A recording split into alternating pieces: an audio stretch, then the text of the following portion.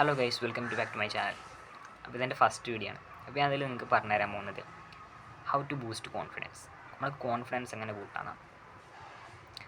Confidence എന്ന് പറയുന്നത് ഒരു വ്യക്തിയുടെ കണ്ണി നോക്കിയിട്ട് നിൽക്കാനും ധൈര്യത്തോടെ ഒരു സ്ഥലത്ത് നമ്മളൊരു കാര്യത്തിന് പോകുമ്പോൾ മടി കൂടാതെ നാണക്കേടില്ലാതെ തല ഉയർത്തി നിൽക്കാൻ പറ്റണം. അതായത് നമ്മളിൽ തന്നെ നമുക്കൊരു വിശ്വാസം വേണം. എനിക്ക് ചെയ്യാൻ പറ്റും, എനിക്ക് എന്തും ചെയ്യാൻ പറ്റും, ഞാൻ വളരെയധികം കോൺഫിഡൻ്റ് ആണ് നമുക്ക് തോന്നണത്.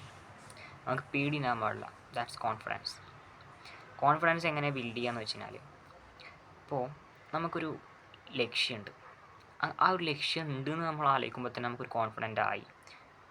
കോൺഫിഡൻറ്റിന് ഒരു സ്റ്റെപ്പ് വേണം. പിന്നെ നമ്മളെ ലക്ഷ്യത്തിക്ക് വേണ്ടി കാര്യങ്ങൾ ചെയ്യാൻ തുടങ്ങുമ്പോൾ നമ്മുടെ കോൺഫിഡൻസ് വീണ്ടും കൂടും. കാരണം നമ്മൾ എന്തോ ആവാൻ പോകുന്നുണ്ട്, നമുക്ക് എന്തൊക്കെ കിട്ടാൻ പോകുന്നുണ്ട്, നമ്മൾ എന്തൊക്കെ നേടാൻ പറ്റുന്നുണ്ടെന്ന് നമ്മളെ മനസ്സ് ചിന്തിക്കാൻ തുടങ്ങും. ആ സമയത്ത് നമ്മുടെ കോൺഫിഡൻസ് വീണ്ടും ബൂസ്റ്റ് ആവും. പിന്നെ നിങ്ങൾ ഒരു ഫംഗ്ഷനോ അങ്ങനത്തെ സ്ഥലങ്ങളിലൊക്കെ പോകുന്ന സമയത്ത് നിങ്ങൾ നന്നായിട്ട് ഡ്രസ്സ് ധരിക്കുക. അതായത് നിങ്ങൾക്ക് ഡ്രസ്സിങ് സെൻസ് ഇമ്പ്രൂവ് ചെയ്യുക. ഡ്രസ്സിങ് സെൻസ് ഇമ്പ്രൂവ് ചെയ്യാനുള്ള ട്രിക്ക് ഞാൻ പിന്നെ പറഞ്ഞുതരാം. അപ്പോൾ നിങ്ങളത് ഇപ്പോൾ ഇൻസ്റ്റാഗ്രാമിൽ നിന്ന് അവിടുന്നൊക്കെ ഡ്രസ്സിങ് സെൻസ് എങ്ങനെ നോക്കുക. അതിന് ഒരു സംഭവമുണ്ട്, റെയിൻബോ സൈക്കിൾ എന്നാണ്. ഇതിലൊക്കെ അടിച്ചു നോക്കിയാൽ ഗൂഗിളിൽ അടിച്ചാൽ കിട്ടും. അത് വെച്ച് നിങ്ങൾക്ക് അതിൻ്റെ ഓപ്പോസിറ്റ് കളറിലുള്ള ഡ്രസ്സും കാര്യങ്ങളൊക്കെ ആണിത് നല്ല സെറ്റാവുക. ഈ ഒരു ഡ്രസ്സിങ്ങും അതുപോലെ തന്നെ നമ്മുടെ ആ ഒരു ബോഡി ലാംഗ്വേജ് ആയിരിക്കും നമുക്ക് മറ്റുള്ളവർക്ക് നമ്മൾ കോൺഫിഡൻ്റ് ആണോ എന്ന് മനസ്സിലാക്കാൻ പറ്റുന്നത്.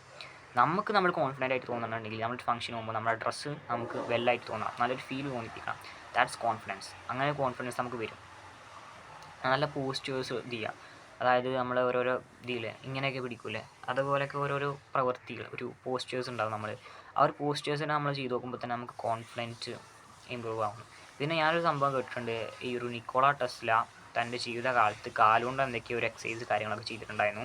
അതിനെപ്പറ്റി നിങ്ങൾ സെർച്ച് ചെയ്ത് നോക്കുക. അപ്പോൾ അങ്ങനെ അദ്ദേഹം ചെയ്ത സമയത്ത് അദ്ദേഹത്തിൻ്റെ കോൺഫിഡൻസ് കൂടി എന്നാണ് അദ്ദേഹം പറയുന്നത്. അദ്ദേഹത്തിൻ്റെ കോൺഫിഡൻസ് കൂടി. പിന്നെ അദ്ദേഹം ആൾക്കാരോട് പറയുകയൊക്കെ ചെയ്തു. സംതിങ് ഇതിനെപ്പറ്റി എനിക്ക് കൂടുതലായിട്ടൊന്നും അറിയില്ല, പക്ഷെ ഞാൻ പറയുന്നത് അദ്ദേഹം അങ്ങനെ പറഞ്ഞിട്ടുണ്ട്. ആ ഒരു ഈ സംഭവം കാലുകൊണ്ട് എന്തൊക്കെയോ എക്സസൈസ് ചെയ്ത സമയത്ത് അങ്ങനെ ഒരു കോൺഫിഡൻസ് കൂടുന്നുണ്ട്. സോ അതിനെ പറഞ്ഞാൽ നമ്മുടെ ഈ കൈകളും കാലുകളുമായിട്ട് തലച്ചോറിന് എന്തൊക്കെയോ ബന്ധങ്ങളുണ്ട് എന്നാണ്, നേരിട്ട ബന്ധങ്ങളുണ്ട് എന്നാണ്. സോ ഉണ്ടാവാം. ചിലപ്പോൾ അതുകൊണ്ടായിരിക്കാം ഇങ്ങനത്തെ എക്സസൈസൊക്കെ കണ്ടിട്ടുണ്ടാവും. ഇങ്ങനത്തെ അതൊക്കെ എനിക്ക് തോന്നുന്നത് അതൊക്കെ ഒരു നോർമൽ എക്സസൈസാണ്, ഒരു ബ്രെയിൻ എക്സസൈസ് സംതിങ്. ഇതൊക്കെ ഇങ്ങനെ പറയുമ്പോൾ നമ്മുടെ ഇതിലുണ്ട്. പിന്നെ നമ്മുടെ ഇടത്തെ കൈ കൊണ്ട് ഏറ്റവും നല്ല ബ്രെയിൻ എക്സസൈസാണ് നമ്മുടെ ഇടത്തെ കൈ കൊണ്ട് ചെയ്യുന്ന സംഭവമാണ്. ഇടത്തെ കൈ കൊണ്ട് നമ്മൾ എഴുതുമ്പോൾ എക്സ്പെഷ്യലി നമ്മളെ തലച്ചോറിന് നന്നായിട്ട് ഇതാവും. കാരണം നമ്മളൊരു വലത്തെ കൈ കൊണ്ടൊരു കാര്യം ചെയ്യുമ്പോൾ ഇടത്തെ തലച്ചോറാണ് ഇതാവുന്നത്.